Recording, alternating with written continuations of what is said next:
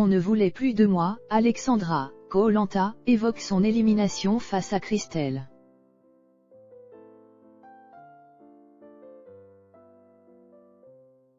Après avoir gagné une saison, Alexandra pensait avoir sa place dans ce volet mythique de Koh-Lanta.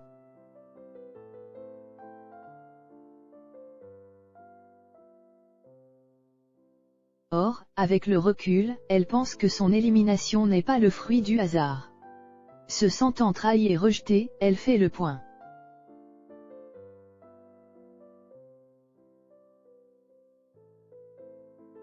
Lorsqu'Alexandra fait le bilan de cette seconde expérience à Koh-Lanta, elle est dubitative.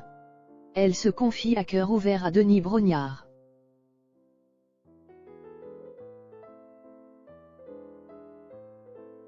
Alexandra, plus amère que jamais.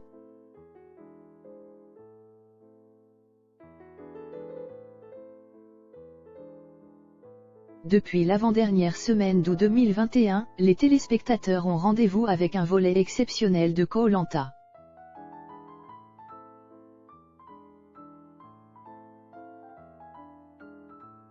Certes, le jour de diffusion a changé. C'est désormais le mardi que nous les retrouvons. Après une petite polémique, le calme revient.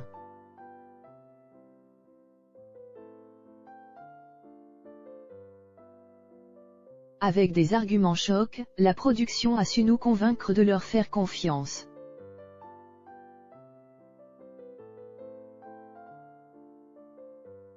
Pour fêter dignement le 20e anniversaire du jeu de survie, tous les aventuriers mythiques ont répondu à l'appel de Denis Brognard.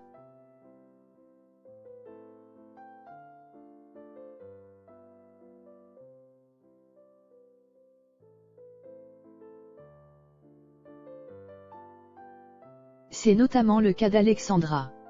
En gagnant une saison, elle a réussi à se faire une place dans cette grande famille.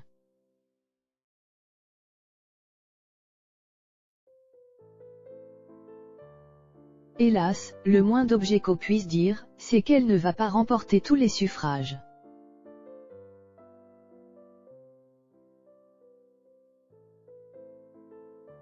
Entre la jalousie des uns et la récente affaire de tricherie, TF1 a du mal à tout gérer.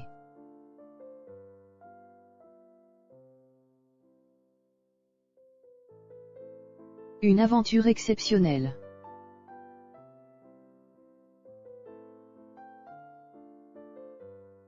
Dès qu'il accepte de revenir dans le jeu, les candidats signent un contrat avec la production.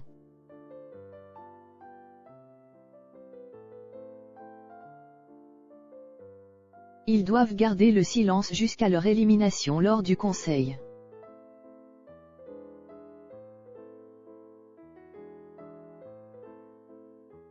Harcelés sur les réseaux sociaux, certains n'hésitent pas à porter plainte auprès des services compétents.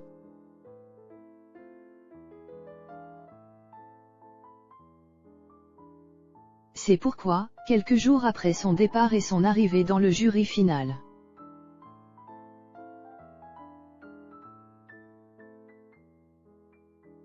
elle met les points sur les i et les barres sur les t. La maman de Lana nous fait part de son état d'esprit.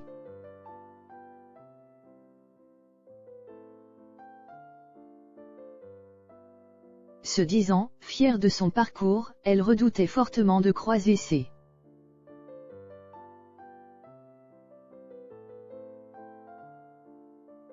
aventuriers emblématiques et incroyables tant par leur force mentale, physique et stratégique.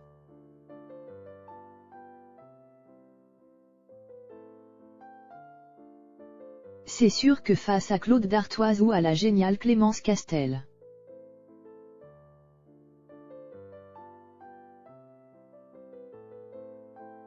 c'est vraiment compliqué d'avancer sans se poser des questions en permanence.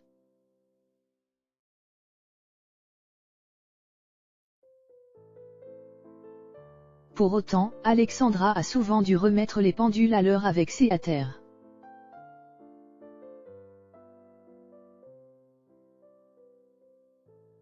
Critiquée pour sa morphologie ou bien pour ses pieds, elle a rivalisé d'ingéniosité pour ne pas craquer et jeter l'éponge.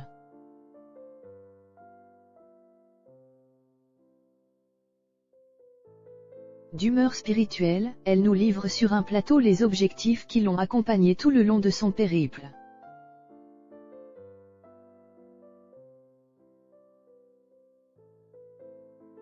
Trouver sa force intérieure en surpassant ses limites.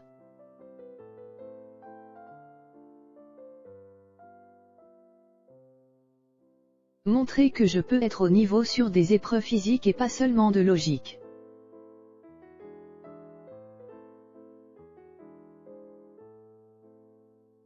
Par conséquent, elle pense avoir réussi mon Koh-Lanta même sans l'avoir gagné.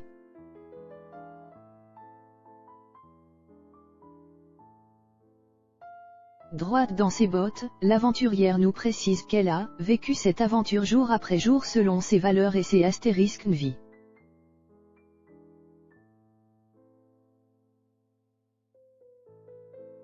Plus que les autres années, elle déclare que le mental était nécessaire pour avancer.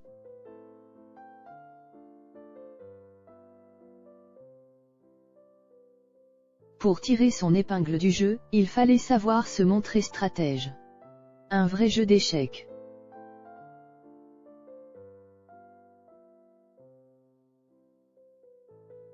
Alexandra tire la sonnette d'alarme.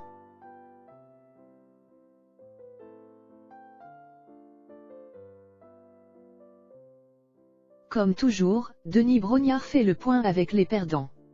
Il déplore fortement celui d'Alexandra.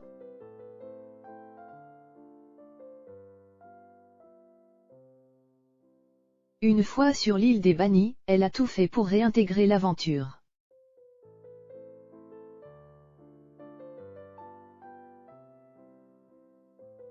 D'ailleurs, pendant l'épreuve fatidique, l'animateur de Koh-Lanta trouve qu'elle était plutôt bien partie.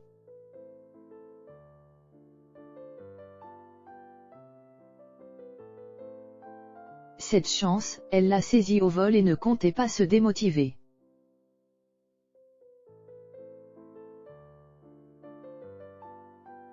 Par conséquent, il pense sincèrement qu'elle n'a pas imaginé être la dernière et ce départ.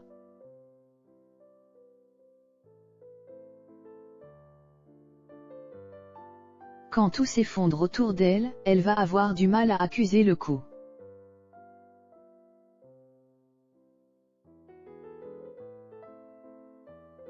Alexandra passe aux aveux. Pas question de dissimuler ses sentiments à ses fans.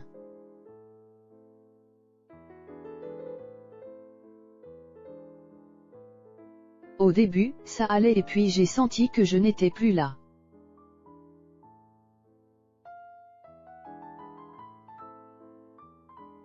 Démotivée sans se l'expliquer vraiment, elle estime qu'elle a peu de niaque.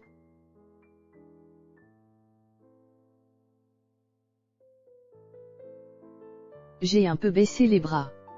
Très vite, on découvre que c'est l'attitude des autres membres de son équipe qui l'a fragilisée.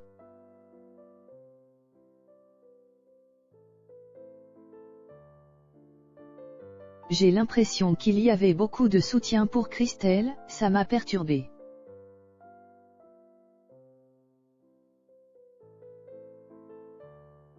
Démolie par ce constat pathétique, elle avoue avoir eu la sensation qu'on ne voulait plus de moi dans le jeu.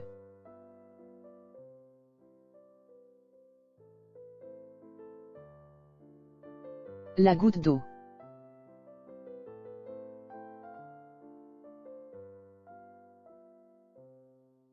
Pour la première fois, le regard des autres chamboule fortement ses plans et la perturbe au point de jeter l'éponge.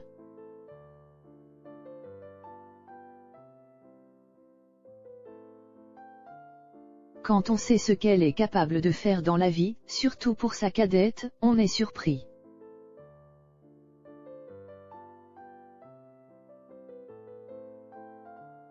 Plus que jamais, Objeko tient à saluer son état d'esprit dans les bons comme les pires moments. Si elle n'existait pas, on l'inventerait.